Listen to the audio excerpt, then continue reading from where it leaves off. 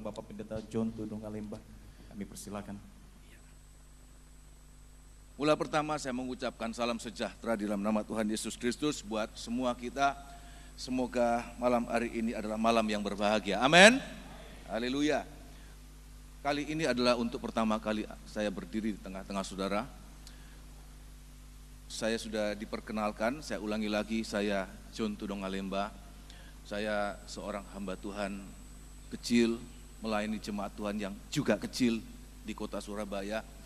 Tetapi malam hari ini saya oleh kemurahan Tuhan melalui Bapak Gembala kami diizinkan untuk melayani di tempat ini. Bukan karena kami mampu, tetapi saya percaya ada rencana Tuhan di dalam setiap utusan Tuhan untuk setiap orang-orang yang dipanggil oleh Tuhan. Saya datang malam hari ini bersama istri saya dan anak saya. Saya memiliki 4 orang anak, saya perkenalkan lebih dahulu. Dan saya membawa anak saya yang paling kecil, berumur 8 tahun. Anak ini sungguh di luar rencana kami. Kami sudah memiliki 3 orang anak, dan Tuhan menambahkan 1 anak ini. Waktu anak ini dinyatakan positif dalam kandungan istri saya shock. Bukannya saya senang, tetapi saya shock. Sebab menambah beban dalam pikiran saya. Ya. Punya 1 anak sudah cukup repot, tambah lagi 2, tambah lagi 3, tambah lagi yang terakhir. Dan saya menerima setengah terpaksa. Dan Tuhan sadarkan saya pada saat dia berumur 7 bulan. Dia mengalami satu penyakit yang hampir membawa kematian. Dia terserang virus Kawasaki.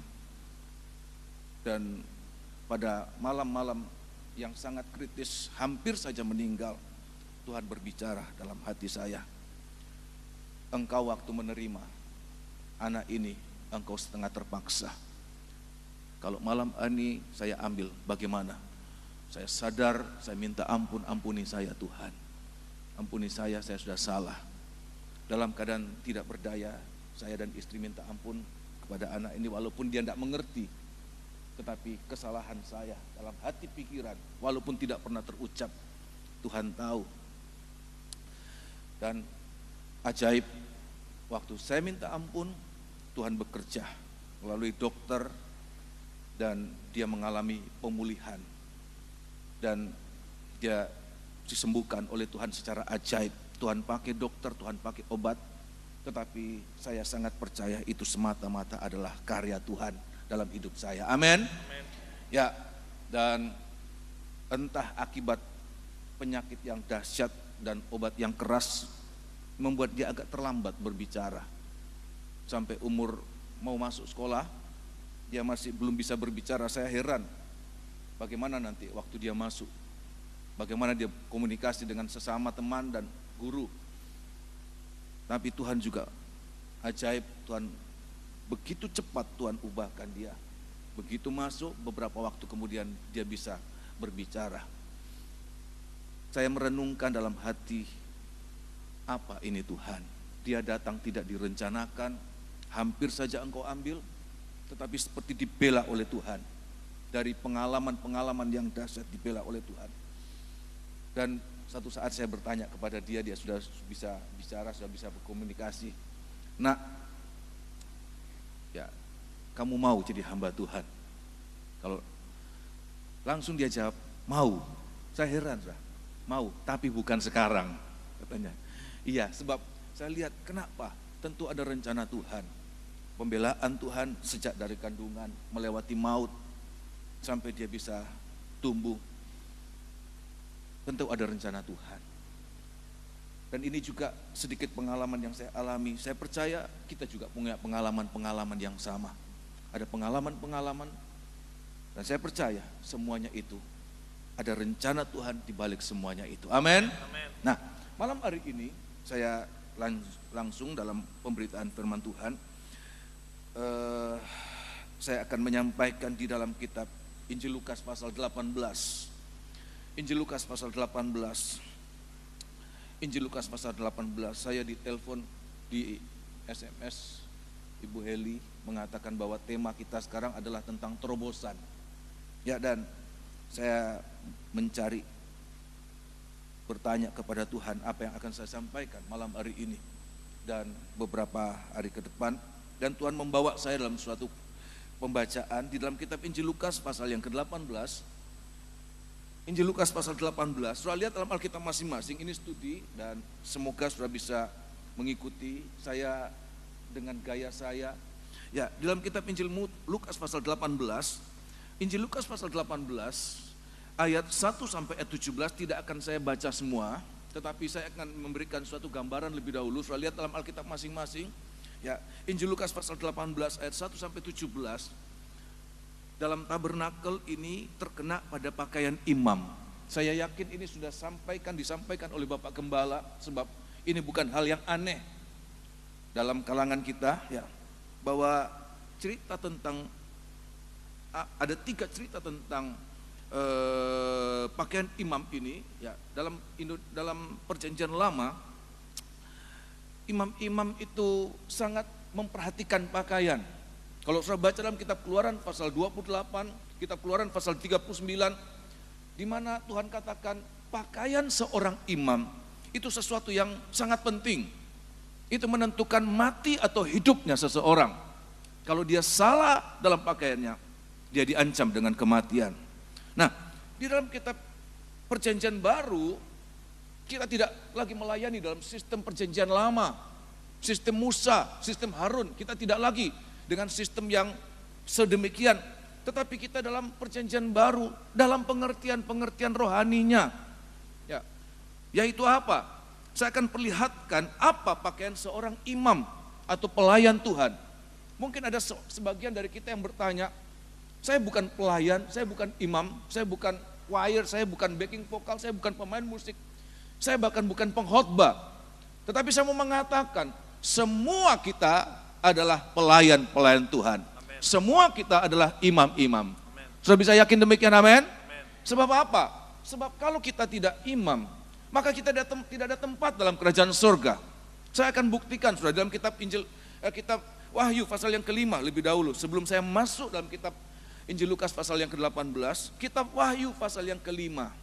Kitab Wahyu pasal yang ke-5, saya akan perlihatkan apa yang harus menjadi perangai kita. Bagaikan pakaian yang menjadi pakaian penutup ketelanjangan kita, supaya kita layak di hadapan Tuhan. Kitab Wahyu pasal yang ke-5, kitab Wahyu pasal yang ke-5, ayat yang ke-9 dan ayat yang ke-10.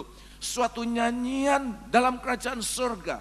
Saudara lihat ini, bahwa tidak ada seorang awam yang ada dalam kerajaan surga. Semuanya imam-imam dan semuanya raja-raja. Ayat yang ke-9 dan ayat yang ke-10. Kitab Wahyu pasal 5 ayat 9 dan ayat yang ke-10.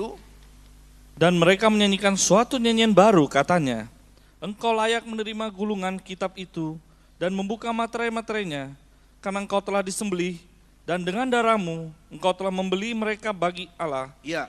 dari tiap-tiap suku dan bahasa dan kaum dan bangsa. Dan engkau telah membuat mereka menjadi suatu kerajaan. Dan engkau membuat mereka menjadi suatu kerajaan, teruskan. Dan menjadi imam-imam bagi Allah kita. Imam-imam bagi Allah kita. Dan mereka akan memerintah sebagai raja di bumi. Ya, jadi kita lihat di sini bahwa tujuan Tuhan menebus kita dengan darahnya adalah ayat mengatakan untuk menjadikan kita imam-imam dan raja-raja. Semua kita nanti akan masuk dalam kerajaan surga harus menjadi imam-imam dan raja-raja. Tanpa menjadi imam-imam dan raja-raja, tidak ada tempat dalam kerajaan surga. Oleh sebab itu, firman Tuhan malam hari ini bukan hanya sekedar imam-imam secara formal seperti apa yang kita lihat, tetapi semua kita adalah imam-imam. Apa itu imam-imam? Setiap orang yang melakukan kehendak Allah. Amin, kasih. Setiap orang yang melakukan kehendak Allah adalah imam-imam. Nah, kita kembali dalam kitab Injil Lukas pasal yang ke-18. Saya akan memperlihatkan apa pakaian seorang imam supaya imam itu dilayakkan melayani Tuhan. Dan dia tidak mati. Sebab Tuhan katakan kepada Musa dan Harun, kalau mereka salah dalam pakaian, maka konsekuensinya adalah kematian. Injil Lukas pasal 18, saya akan perlihatkan ada 3 cerita di sini, ya, ada 3 cerita di sini, dan 3 cerita di sini berbicara tentang perangai kita, cara hidup kita sebagai seorang imam. Saya mau mengatakan seorang imam atau seorang pelayan penting ya memiliki potensi. Potensi itu sesuatu yang sangat penting dari seorang pelayan. Tetapi lebih penting dari potensi, kemampuan. Choir membutuhkan kemampuan untuk bernyanyi. Pemain musik membutuhkan kemampuan untuk bermain musik. Pengkhotbah membutuhkan kemampuan untuk berkomunikasi tentang apa yang dia terima dari Tuhan kepada jemaat. Semua pelayan-pelayan membutuhkan potensi untuk melakukan tugasnya. Tetapi lebih dari potensi adalah karakter. Dan karakter inilah yang namanya pakaian dari seorang imam. Saya ulangi sekali lagi, lebih daripada potensi seorang imam adalah karakter. Sebab potensi tanpa karakter tidak berguna di hadapan Tuhan. Bahkan kalau saudara seorang juragan, seorang bos merekrut seorang pegawai, potensinya bagus, luar biasa. Tetapi karakternya jeblok. Saudara tidak akan rekrut dia jadi pegawai saudara. Buat apa kita punya orang yang pinter, capable dalam segala perkara, tetapi dia merongrong kita, dia merugikan kita, enggak ada gunanya. Tetapi walaupun maafkan potensinya tidak seberapa, tetapi karakternya bagus. Dari karakter yang bagus, potensi itu bisa digali untuk mendapatkan bagaikan tambang emas yang dimunculkan. Amin.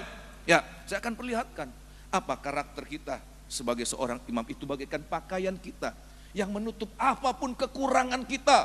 Kalau ada karakter ini, setiap kekurangan kita itulah ketelanjangan kita, itu ditutup lewat karakter yang baik. Ada 3 cerita di sini, yaitu cerita yang pertama, saudara lihat dalam Alkitab masing-masing. Cerita yang pertama, ayat 1 sampai ayat yang ke-8, perumpamaan tentang hakim yang tidak benar. Ya, perumpamaan tentang hakim yang tidak benar. Tolong baca ayat 1 sampai ayat yang ke-7 sampai ayat yang ke-8. Ya, semoga tidak terlalu memakan waktu. Tolong baca, ikuti dalam Alkitab masing-masing sebab saya ingin saudara bisa menangkap apa makna di dalam setiap cerita yang Tuhan berikan buat kita. Ya, ayat yang pertama. Yesus mengatakan suatu perumpamaan kepada mereka Ya. untuk menegaskan bahwa mereka harus selalu berdoa dengan tidak jemu-jemu.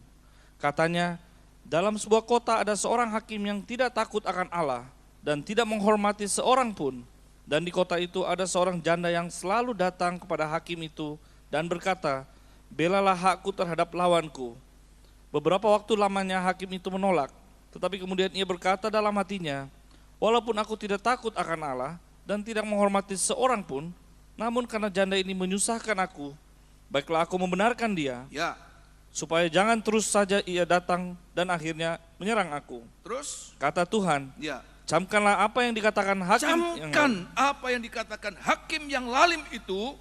tidakkah Allah akan membenarkan orang-orang pilihannya Ya. yang siang malam berseru kepadanya, Ya, dan adakah ia mengulur-ulur waktu sebelum menolong mereka? Aku berkata kepadamu, ia akan segera membenarkan mereka. Akan tetapi, jika anak manusia itu datang, adakah ia mendapati iman di bumi? terima kasih. Dari ayat yang kita baca ini, apa pikiran pokok yang Tuhan ingin katakan kepada murid-muridnya tentang cerita seorang hakim yang lalim, yang tidak takut kepada Tuhan dan tidak menghormati seorang jiwa pun, yaitu karakter yang namanya Apa saudara? Lanjutkan. Kesetiaan. Digambarkan seorang janda, walaupun tidak disebutkan janda miskin, tetapi saya punya keyakinan janda ini janda miskin yang tidak punya apa-apa untuk menyogok hakim itu. Tetapi setiap hari dia datang, setiap hari dia datang untuk satu permohonan, belalah hakku. Dan Alkitab mengatakan karena dia terus menerus datang, tidak pernah lelah, tidak pernah bosan, tidak pernah putus asa, akhirnya hakim itu terdesak dan dia meluluskan apa yang keinginan dari janda ini. Dan Tuhan memberikan suatu perbandingan. Kalau saja hakim yang tidak takut Tuhan dan tidak menghormati seorang pun bisa meluluskan permintaan dari hamba ini, dari janda ini. Apalagi kalau kita anak-anak Tuhan tiap waktu tidak pernah kenal lelah untuk terus berdoa, terus ya dengan setia, maka raja di atas segala raja, dia tidak akan mengulur-ngulur waktu untuk memberikan apa yang di permohonan kita. Sudah percaya demikian? Amin. Ya, ini karakter yang namanya kesetiaan. Tidak ada seorang hamba Tuhan, tidak ada seorang pelayan yang sanggup untuk melayani tanpa karakter ini. Kalau tidak ada karakter kesetiaan, maaf kata, dia melayani seperti orang tanpa pakaian. Dia melayani telanjang. Oleh sebab itu biar hari-hari ini menjadi koreksi kita. Apakah kita sudah melayani dengan pakaian yang namanya kesetiaan? Tanpa kesetiaan kita tidak layak. Walaupun mungkin pelayanan kita bagus, walaupun mungkin pelayanan kita hebat, saya sebagai penyampai firman Allah mungkin bisa berkhotbah yang luar biasa, mengagumkan dan mencekam. Tetapi kalau saya tidak setia, pelayanan saya tidak menyenangkan Tuhan. Sebab apa? Seperti saya melayani tanpa pakaian yang berkenan kepada Tuhan. Nah, saya akan perlihatkan pelayanan apa yang harus kita lakukan dalam hari-hari ini. Sebab ada banyak pelayanan dalam jemaat Tuhan, tetapi saya mau mengatakan tidak semua orang melayani dengan pelayanan yang sama. Tidak semua orang berkhotbah. Dalam satu kebaktian cukup satu orang berkhotbah. Tidak semua orang jadi choir, tidak semua orang jadi backing vokal, tidak semua orang jadi song leader, tidak semua orang pemain musik, dan tidak semua orang punya talenta untuk melayani seperti mereka. Tetapi ada satu pelayanan yang harus kita layani, yang harus kita gunakan. Ya, apa itu? Kalau kita baca dalam cerita ini, ya, digambarkan seperti seorang janda yang memohon. Apa ini kira-kira, saudara? Pelayanan apa? Saudara bisa menebak ini? Pelayanan apa, saudara? Doa. Apa ini pelayanan doa? Saya mengatakan doa ini adalah pelayanan yang dimulai dari dalam bumi ini. Dimulai dari bumi ini. Tetapi doa ini akan sampai kita layani sampai dalam kerajaan surga. Saya berkhotbah. Saya tidak akan berkhotbah dalam kerajaan surga. Bapak Gembala juga tidak akan berkhotbah dalam kerajaan surga. Hamba-hamba Tuhan yang luar biasa dipakai oleh Tuhan dalam berkhotbah, mereka tidak berkhotbah dalam kerajaan surga. Ya, penyanyi-penyanyi ini juga, dan semua gitu. Tetapi ada satu pelayanan yang akan sampai dalam kerajaan surga. Itulah doa. Doa adalah pelayanan yang sampai kerajaan surga. Saya akan buktikan, saudara, di dalam kitab Wahyu. Kitab Wahyu ini kitab terakhir, ya, sehingga kalau kita sudah melihat kitab Wahyu ini suatu ketetapan dari Tuhan, ya. Kitab Wahyu pasal yang keempat, doa seperti seorang janda ini.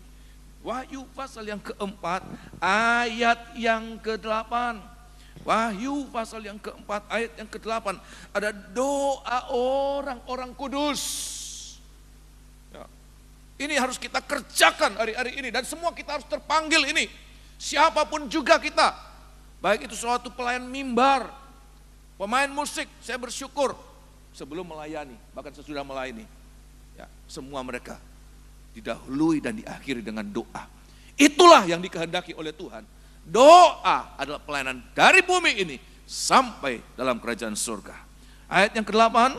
Dan keempat makhluk itu masing-masing bersayap 6, ya, sekelilingnya dan di dalamnya, sebelah dalamnya penuh dengan mata. Dan dengan tidak berhenti-hentinya mereka berseru. Tidak berhenti-hentinya. Perhatikan. Mereka berseru siang dan malam. Ya. Kudus, kudus, kuduslah Tuhan. Kudus, kuduslah Tuhan. Allah yang maha kuasa. Ya. Yang sudah ada dan yang akan datang. Ya. Teruskan. Dan setiap kali makhluk-makhluk itu mempersembahkan puji-pujian, ya, dan hormat dan ucapan syukur kepada Dia, ya, yang duduk di atas tahta itu dan yang hidup sampai selama-lamanya, ya, maka tersungkurlah ke-24 tua-tua itu di hadapan Dia, ya, yang duduk di atas tahta itu, dan mereka menyembah Dia yang hidup sampai selama-lamanya, Dan mereka melemparkan mahkotanya di hadapan tahta itu sambil berkata, Perhatikan. Ya Tuhan Ya Tuhan. dan Allah kami, Ya. Engkau layak menerima puji-pujian dan hormat dan kuasa, Ya. sebab Engkau telah menciptakan segala sesuatu, dan oleh karena kehendak-Mu semuanya itu ada dan diciptakan. Terima kasih. Jadi kita lihat di sini, sampai pun dalam kerajaan surga, pelayanan doa ini tetap ada. Saya tidak akan lagi berkhotbah, tetapi di surga pendoa-pendoa itu tetap akan melayani di sana. Tidak kekurangan pelayanan, tidak akan kehilangan pelayanan. Nah, saya akan kembali dalam kitab Injil Lukas pasal yang ke-17 ke pasal 18. Saya akan perlihatkan pentingnya doa dalam pelayanan kita setiap hari, dalam setiap waktu. Pentingnya, kenapa? Ya, sehingga Tuhan menekankan pelayanan kita ini harus ada kesetiaan dalam pelayanan, khususnya dalam pelayanan doa. Nah, kita lihat pada ayat yang kelima atau ayat yang keempat, kuasa apa yang ada dalam doa? Kalau itu dikerjakan dengan apa, saudara? Setia. Kalau dikerjakan dengan setia, maka kita lihat kuasa doa itu dahsyat. Oh, luar biasa. Siang malam, saya 2 kali bertamu ke rumah pastori, Bapak Gembala, dan mereka bercerita bahwa pintu rumah mereka 24 jam terbuka bagi para pendoa-pendoa. Praktek doa siang dan malam. Sebab apa? Di situ letak kekuatan kita dalam pelayanan. Semua pelayanan-pelayanan itu selalu ada tantangannya. Semakin pelayanan itu berkembang, pelayanan itu pasti akan mendapatkan reaksi negatif dari kuasa kegelapan. Nah, kita lihat apa yang menangkal kuasa kegelapan itu adalah doa. Ayat yang keempat dan ayat yang kelima, Injil Lukas pasal 4 dan ayat yang keempat dan ayat yang kelima. Injil Lukas pasal 18 ayat 4 dan ayat yang kelima. Saya akan lihat ini kuasa pertama dalam doa. Saya berusaha untuk konsisten dengan ayat yang kita baca, kita telaah hari ini. Ayat 4. Beberapa waktu lamanya hakim itu menolak, tetapi kemudian ia berkata dalam hatinya, Ya. Walaupun aku tidak takut akan Allah dan tidak menghormati seorang pun, namun karena janda ini menyusahkan aku, baiklah aku membenarkan dia, supaya jangan terus saja ia datang dan akhirnya menyerang aku. Ya, perhatikan saudara, hakim yang lalim ini gambaran dari kuasa lain, gambaran dari iblis. Bukan berarti anak Tuhan berdoa kepada iblis, tetapi saya akan perlihatkan saudara, kuasa doa ini itu apa? Sanggup untuk mengalahkan siapa? Iblis. Hakim ini tidak takut seandainya janda ini datang dengan uangnya. Hakim ini tidak takut seandainya janda ini datang dengan fasilitanya. Hakim ini tidak takut, tidak merasa terancam, tidak merasa disusahkan seandainya janda ini datang dengan backingnya. Dalam tradisi Israel, perempuan itu adalah wadah yang lemah. Lebih lemah dari laki-laki adalah perempuan, tetapi lebih lemah dari perempuan adalah perempuan janda. Dan lebih lemah dari semua perempuan janda adalah janda miskin. Sehingga janda yang disebutkan itu, dia tidak punya apa-apa yang merupakan kebanggaan manusiawi. Dia tidak punya uang untuk menyogok hakim itu. Dia tidak punya kuasa untuk menggertak hakim itu. Tetapi aneh, hakim itu merasa terganggu dan merasa ada ketakutan. Kalau begini terus, tiap hari datang, lama-lama dia menyerang aku. Saya membaca dalam teks yang lebih tepat lagi, kata menyerang bukan hanya sekedar menyerang biasa, tetapi menghancurkan. Dan Tuhan katakan, camkan perkataan dari hakim yang lalim ini. Apa itu? Bahwa dengan doa, itu yang membuat iblis itu merasa terganggu. Bukan hanya terganggu, tetapi dengan doa, dia mengalami terancam keberadaannya. Anak-anak Tuhan, kekuatan apa yang akan kita pakai pada saat kita mengalami pergumulan? Ya, nomor satu, kekuatan yang akan kita gunakan adalah doa. Seandainya engkau memiliki kekuatan uang, seandainya engkau memiliki kekuatan koneksi, tinggalkan itu. Sebab apa? Sebab semuanya itu nanti tidak akan berguna untuk menolong kita. Tetapi doa itu sangat berkuasa. Ayat mengatakan, iblis pun gentar kalau ada anak-anak Tuhan berdoa dengan setia. Sudah mau berdoa dengan setia, amin? Ya, bukan doa biasa saja, doa setia. Doa setia, setiap waktu, seperti siang malam, terus menerus, tidak kenal lelah. Saya pernah mendengarkan suatu kesaksian pada seorang istri, dia berdoa untuk suaminya yang belum kenal Tuhan. Sudah tahu berapa lama dia berdoa? 50 tahun. Sejak muda dia berdoa untuk suaminya. Siang malam, terus menerus, tidak kenal lelah. Doa semacam ini yang menggetarkan kuasa kegelapan.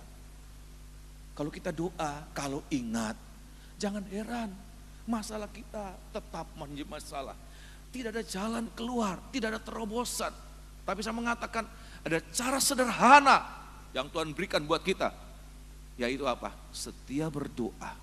Pelayanan yang paling sederhana, tetapi pelayanan yang paling menyenangkan Tuhan adalah doa. Di saat kita berdoa, kuasa iblis bergetar oleh doa kita. Amin. Ya. Yang kedua, bukan cuma mengalahkan iblis. Dalam kitab Yakobus pasal yang kelima, saya ingin membacakan buat saudara. Yakobus pasal yang kelima, oleh sebab itu, kalau ada seorang mengatakan, bro, saya mau melayani, tapi mau melayani apa? Saya tidak punya talenta apa-apa. Saya ingin menyanyi, saya tidak punya talenta melayani. Saya ingin menjadi backing vokal, saya tidak punya talenta menyanyi. Ya.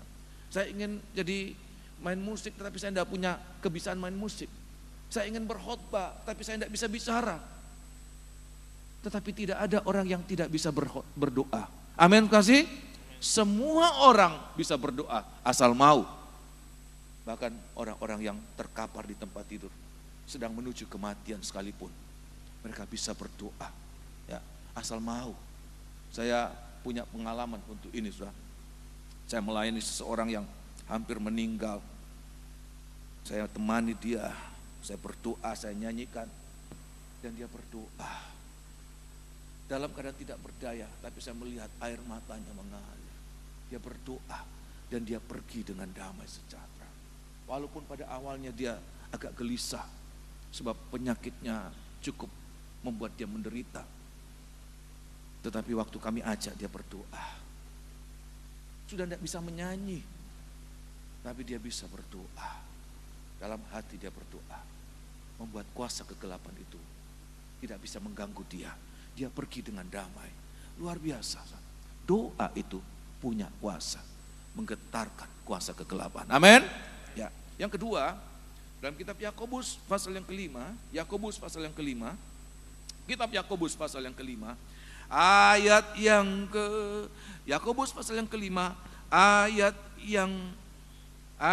ke-16, Yakobus pasal yang kelima, ayat yang ke-16.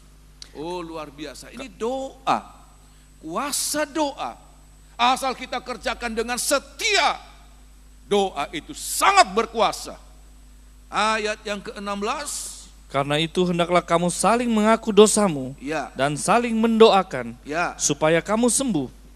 Doa orang yang benar, Doa orang yang benar, bila dengan yakin didoakan, dengan yakin didoakan, sangat besar kuasanya. sangat besar kuasanya. Sudah lihat apa kuasanya itu? Ayat yang ke-17. Elia adalah manusia biasa, Ya. sama seperti kita, Ya. dan ia telah bersungguh-sungguh berdoa, Ya. supaya hujan jangan turun, dan hujan pun tidak turun di bumi selama 3 tahun dan 6 bulan. Ayat yang ke-18. Lalu ia berdoa pula, Ya. dan langit menurunkan hujan, Ya. dan bumi pun mengeluarkan buahnya. Terima kasih. Apa kuasa kedua dari doa? Bukan hanya mengalahkan iblis, tapi kuasa doa sanggup untuk membuka sorga. Kata langit ini juga berbicara tentang sorga. Langit itu tertutup atau terbuka, tergantung seseorang itu berdoa dengan sungguh-sungguh, dengan iman dan dalam kesetiaan. Di saat dia berdoa dengan iman, di saat dia berdoa dengan kesungguhan, di saat dia berdoa dengan kesetiaan. Ayat mengatakan langit itu tertutup atau terbuka. Semua orang, Yakobus mengatakan semua orang bisa berdoa. Ya, dia memberi contoh Elia, ya, seorang nabi yang penuh dengan kuasa. Tapi ayat mengatakan untuk membuka langit dan menutup langit bukan karena dia penuh kuasa. Dia manusia biasa, tetapi karena dia berdoa dengan sungguh-sungguh, dia berdoa dengan tekun, dia berdoa dengan setia, maka langit terbuka untuk menurunkan atau menutup supaya tidak turun hujan atau turun hujan. Nah, kalau saudara baca ayat sebelumnya, saudara baca ayat sebelumnya, maka ayat ini berbicara tentang apa, saudara? Bukan hanya tentang kesembuhan, sebab ayat ini mengatakan kalau sakit datang kepada para penatua untuk mereka doakan. Bukan hanya berbicara tentang kesembuhan, tetapi tentang keselamatan. Saya mengatakan keselamatan itu kaitannya dengan terbukanya kerajaan surga. Di setiap anak-anak Tuhan yang terbeban untuk keselamatan orang-orang yang ada di sekitarnya. Kalau kita terbeban, ada saudara kita, mungkin orang tua kita, mungkin anak kita, mungkin ya pasangan hidup kita yang sudah tahu keselamatannya itu masih diragukan. Adalah tugas kita untuk berdoa bagi mereka. Supaya apa? Supaya langit itu terbuka bagi mereka. Jangan tertutup bagi mereka. Doakan. Kesembuhan itu penting.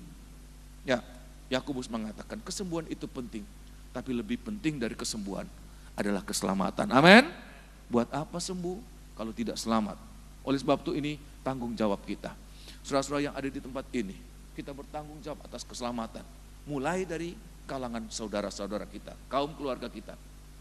Ya, semakin sudah berdoa, satu saat saya dibawa oleh Tuhan dalam doa setiap saat, setiap malam. Dan saya dibawa oleh Tuhan untuk berdoa untuk orang-orang demikian. Ya, mulai saya berdoa untuk saudara-saudara saya, family, meluas, jemaat, meluas. Bahkan saya merasakan sesuatu yang sangat luar biasa. Tuhan membawa saya, bahkan mendoakan orang-orang yang melukai hati saya. Ada orang-orang yang sangat ya, membuat saya kepahitan bertahun-tahun. Walaupun saya hamba Tuhan, melayani Tuhan. Tetapi tanpa saya sadari, saya melayani dalam tanda kepahitan. Dan itu saya lakukan bertahun-tahun. Tapi malam hari itu, dalam doa Tuhan bekerja. Saya dibawa oleh Tuhan, bahkan sanggup untuk mendoakan mereka yang menyakitkan hati saya. Mereka yang sangat menyakitkan itu. Dan saya mengucap syukur, terima kasih Tuhan. Saya terlepas, saya sendiri terlepas dari ikatan kepahitan. Tetapi Tuhan katakan, seperti engkau melepaskan mereka untuk membuat surga itu terbuka buat mereka. Saudara mau mengalami demikian, amin? Ya, hari-hari ini ada di antara kita mungkin sedang dikuasai oleh kepahitan. Malam hari ini ada tubuh dan darah Tuhan. Kita klaim, ya Tuhan, saya mau mengalami ini. Saya bukan menjadi orang-orang yang menutup pintu surga, tapi biarlah saya dipakai oleh Tuhan menjadi orang-orang yang membuka pintu surga. Sebab ada banyak jiwa-jiwa yang butuh keselamatan. Mereka bukan hanya butuh kesembuhan, bukan hanya butuh pertolongan, tapi lebih dari itu, keselamatan. Semoga kita boleh merasakan itu tertanggung dalam pundak kita. Biar ini menjadi tanggung jawab kita. Berdoa untuk mereka. Berdoa dengan tekun, berdoa dengan setia. Amin. Seperti seorang janda, dia berdoa tiap waktu, tiap saat. Siang dan malam dia berdoa. Dan ayat mengatakan, ini doa yang mengalahkan kuasa kegelapan, tetapi juga yang dapat membuka pintu surga. Ini karakter yang harus dimiliki seorang imam-imam. Kenapa? Sebab tanpa kesetiaan, seseorang tidak bisa melayani sampai garis akhir. Dan saudara tahu apa pentingnya melayani sampai garis akhir? Sebab di garis akhir itu, di situ ada pahala, di situ ada upah. yang Tuhan berikan buat setiap orang-orang yang melayani. Semua menerima upah, amin? Ya, tanpa ini pelayanan kita sia-sia. Saya teringat ayah saya bercerita tentang desanya. Dia katakan dulu di desanya ada orang-orang yang ditangkap menjadi budak-budak dan dipekerjakan di sawah. Sudah tahu apa caranya untuk bisa mereka bekerja dengan sungguh-sungguh? Kalau sawah itu digarap dari sini ke sana, mereka mulai dari sini dan makanan mereka ditaruh di ujung sana. Tujuannya apa, saudara? Supaya mereka melayani terus, tidak berhenti tengah jalan. Kalau mereka berhenti tengah jalan, mereka tidak makan. Mereka berhenti bahkan sampai 90% sekalipun, mereka tidak akan mendapatkan makanan mereka. Sehingga mau tidak mau, mereka harus melayani, harus bekerja terus sampai garis akhir. Sebab di situ ada pahala buat mereka. Itu gambaran yang sederhana dari apa yang dilakukan orang-orang dunia.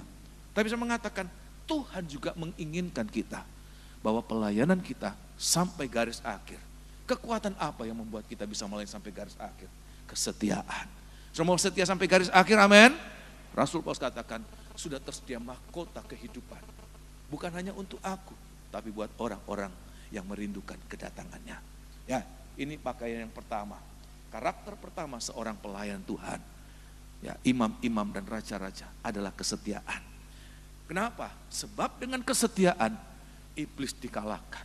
Dengan kesetiaan surga dibukakan buat kita. Dengan kesetiaan kita bisa menerima mahkota kehidupan, mahkota kebenaran yang Tuhan janjikan buat setiap kita.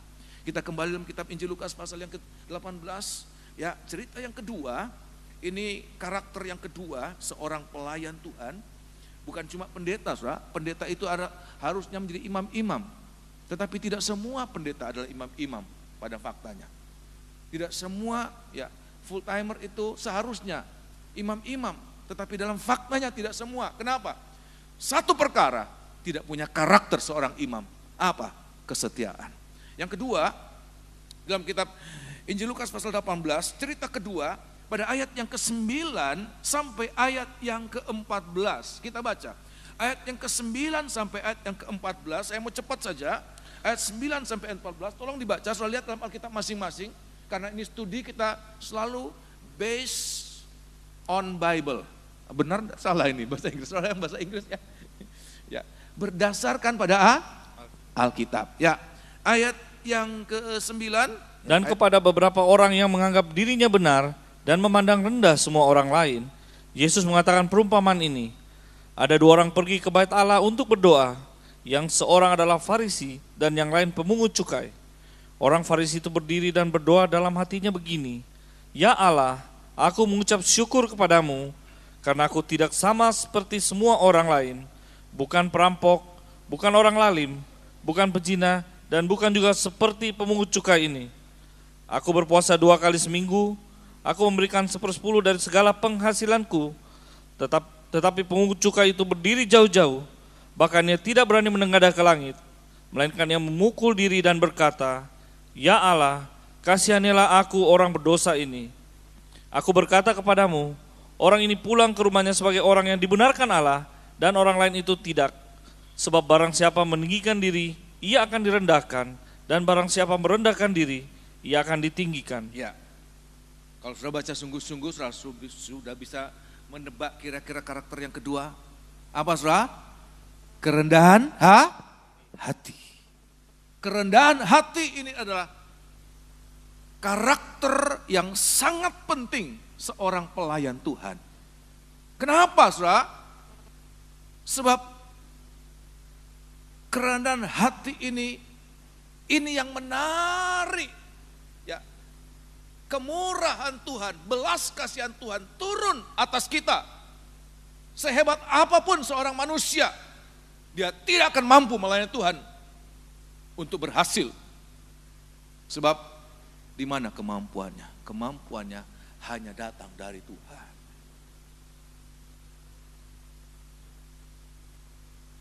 Perzinahan, pencurian, pembunuhan itu tidak ada dalam kerajaan surga.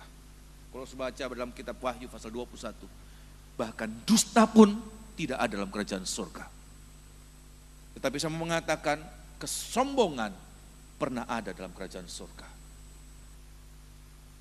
Perzinahan, pembunuhan, pencurian, ya, bahkan dusta tidak ada dalam kerajaan surga. Tapi kesombongan, tinggi hati pernah ada dalam kerajaan surga. Lucifer, dia diciptakan oleh Tuhan untuk melayani Tuhan. Sebagai pimpinan pujian, pimpinan penyembahan, pimpinan musik. Ya.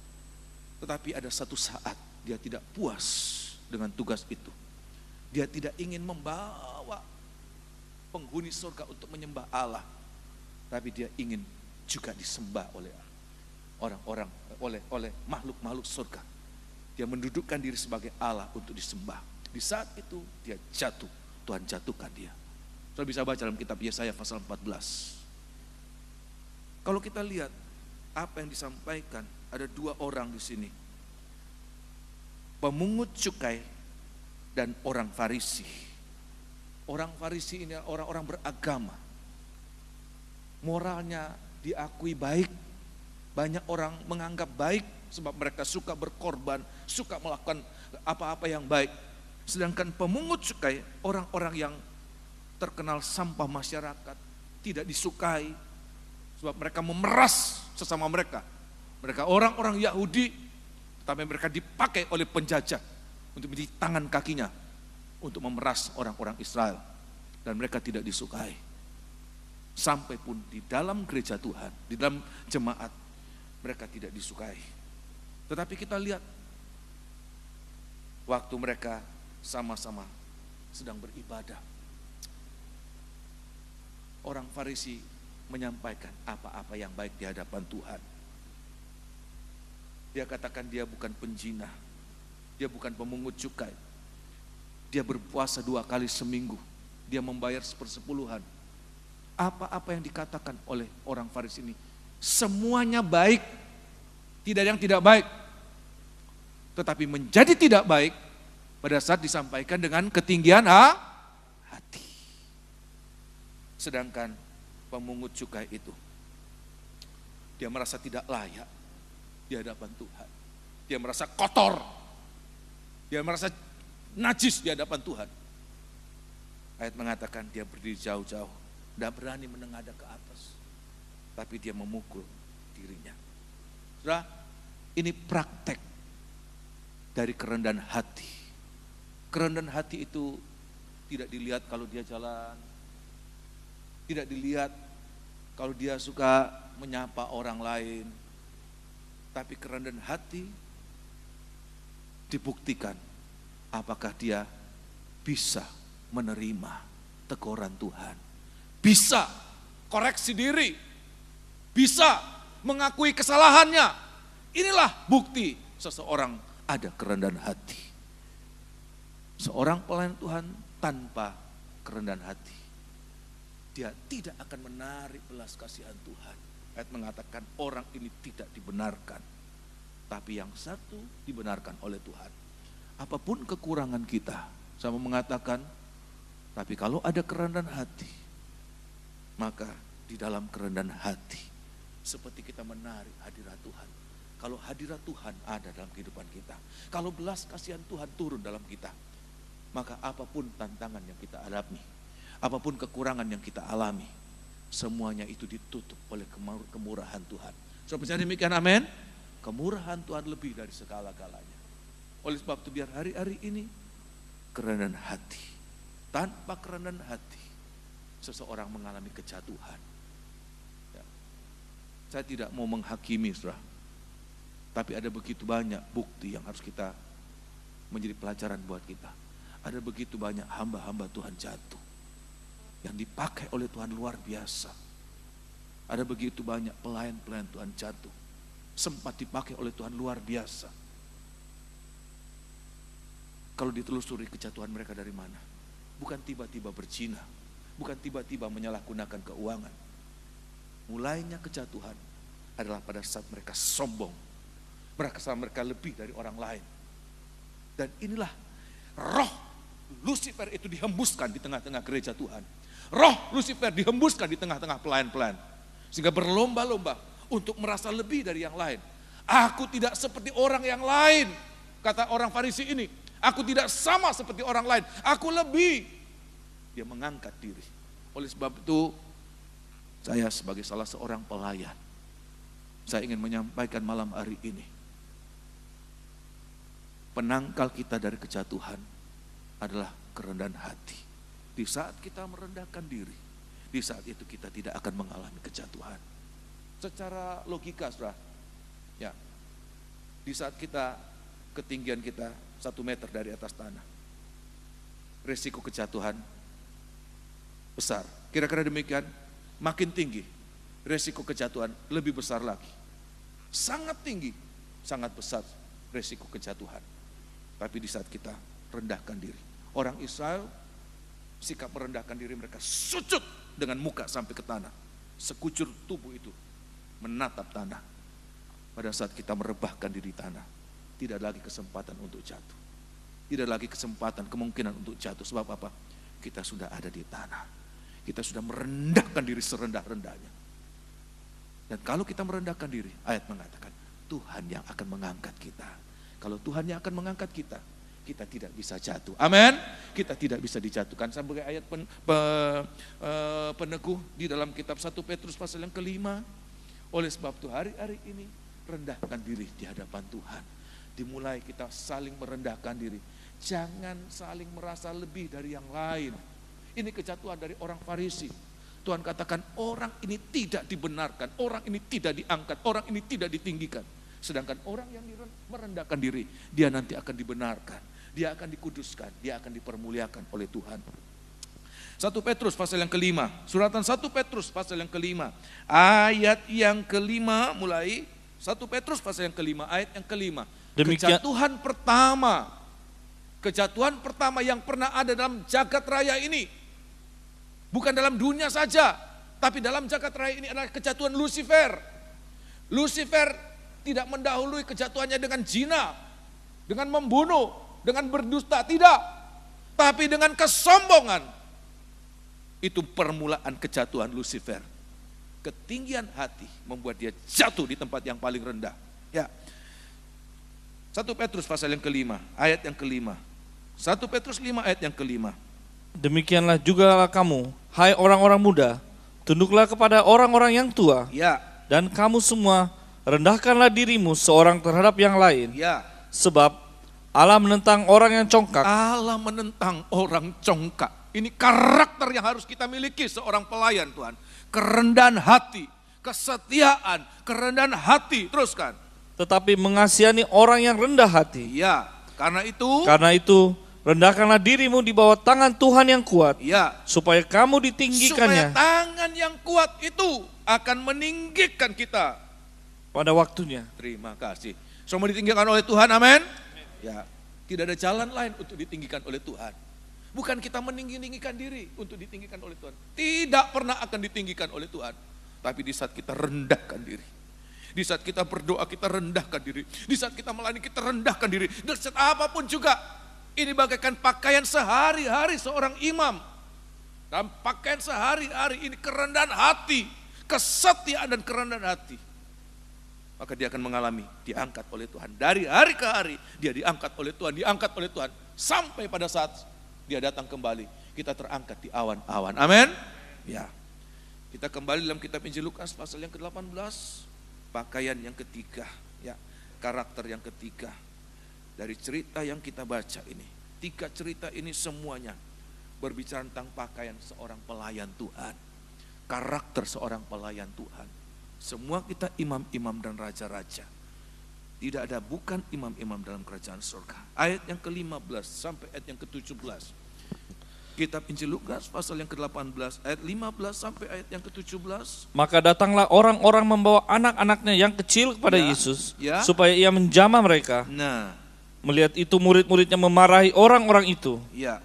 Tetapi Yesus memanggil mereka dan berkata, ya, biarkanlah anak-anak itu datang kepadaku, ya, dan jangan kamu menghalang-halangi mereka, sebab orang-orang yang seperti itulah yang mempunyai kerajaan Allah. Ya. Aku berkata kepadamu, Sesungguhnya barang siapa tidak menyambut kerajaan Allah Ya. seperti seorang anak kecil, Ya. ia tidak akan masuk ke dalamnya. Ya, karakter yang ketiga Tuhan gambarkan bagaikan seorang anak kecil. Bagaikan seorang anak kecil yang datang kepada Tuhan. Karakter apa ini? Ya, yaitu karakter ketulusan hati, kemurnian, kepolosan. Tidak ada motivasi yang tidak baik di dalamnya. Seperti hati seorang anak kecil. Tidak ada tipu daya. Tidak ada motivasi-motivasi lain dalam pelayanan. Kecuali dia hanya melayani. Menyukakan hati orang tuanya. Menyukakan hati Bapa. Menyukakan hati Tuhan. Hanya itu kerinduannya dalam pelayanan. Tidak ada tipu daya. Anak kecil kalau nangis, gak pura-pura nangis. Dia ada ngoek. Mamanya datang, kenapa? Oh kamu. Terus ketawa, tak. Orang Jawa bilang tak bujui. Enggak. Kalau dia nangis, sungguhan dia nangis. Sebab ada sesuatu. Ya. Kalau dia nangis, sungguhan sebab ada lapar. Bahasa anak kecil cuma satu, menangis. Dia lapar, dia gatel, dia sakit, dia tidak nyaman, dia panas, apapun juga hanya menangis. Sidang jemaat Tuhan yang dikasihi Tuhan, biarlah jadilah seperti anak kecil, suci hatinya. Memang dalam ayat yang lain, anak kecil ini juga bicara tentang kerendahan hati. Tetapi khusus dalam ayat yang ke-15 sampai ayat yang ke-17, Injil Lukas pasal yang ke-18 ini, anak kecil menggambarkan kepolosan, ketulusan hati. Ayat mengatakan hanya orang-orang yang tulus hatinya yang memiliki kerajaan surga. Tidak ada tipu daya. Tidak ada tipu daya. Jadilah seperti anak-anak kecil. Kalau engkau tidak bertobat dan menjadi seperti anak kecil, engkau tidak layak masuk dalam kerajaan surga. Ada satu ayat kita baca, saudara. Kitab 2 Petrus, 1 Petrus pasal yang kedua. 1 Petrus pasal yang kedua. Ayat yang pertama dan ayat yang kedua. Oh, haleluya. Saya berdoa, sudah bisa menangkap ini karakter-karakter yang harus kita ada untuk membuat kita layak di hadapan Tuhan dan pelayanan kita berkenan menjadi berkat buat orang-orang yang kita layani. Ya, ayat yang pertama dan ayat yang kedua. Karena itu buanglah segala kejahatan, Ya, segala tipu muslihat, dan segala macam kemunafikan, Nah, kedengkian, Ya. dan fitnah. Nah, makin dewasa seseorang, dia makin matang dengan apa yang disebutkan ini. Kejahatan, tipu muslihat, kedengkian, fitnah. Makin dewasa seseorang, dia makin matang dalam apa-apa yang tidak baik.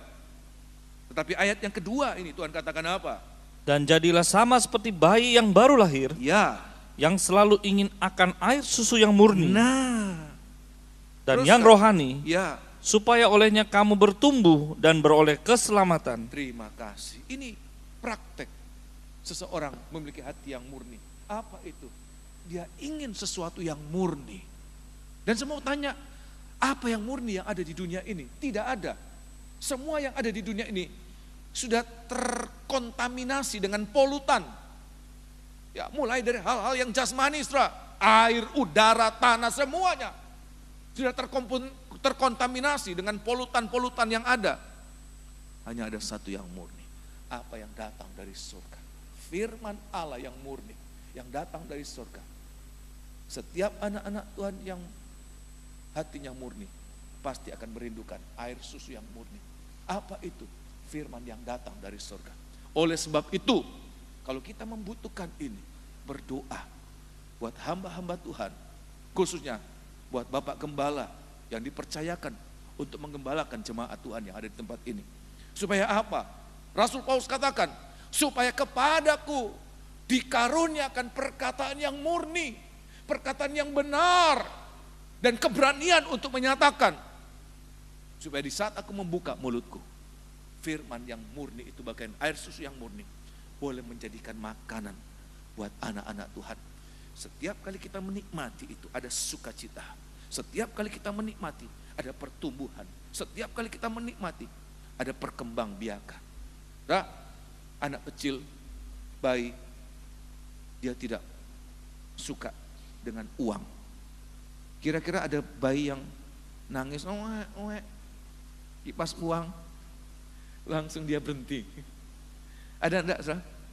Saya pernah melihat, saudara, dulu ayah saya pernah mengatakan bahwa kalau seseorang itu begitu mata duitan, kalaupun dia mati dikipasi dengan uang dia bisa bangkit. Saya pikir itu cuma guyonan, saudara.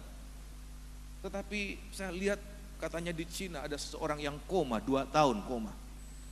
Dan tidak berdaya, tidak sadar apa-apa.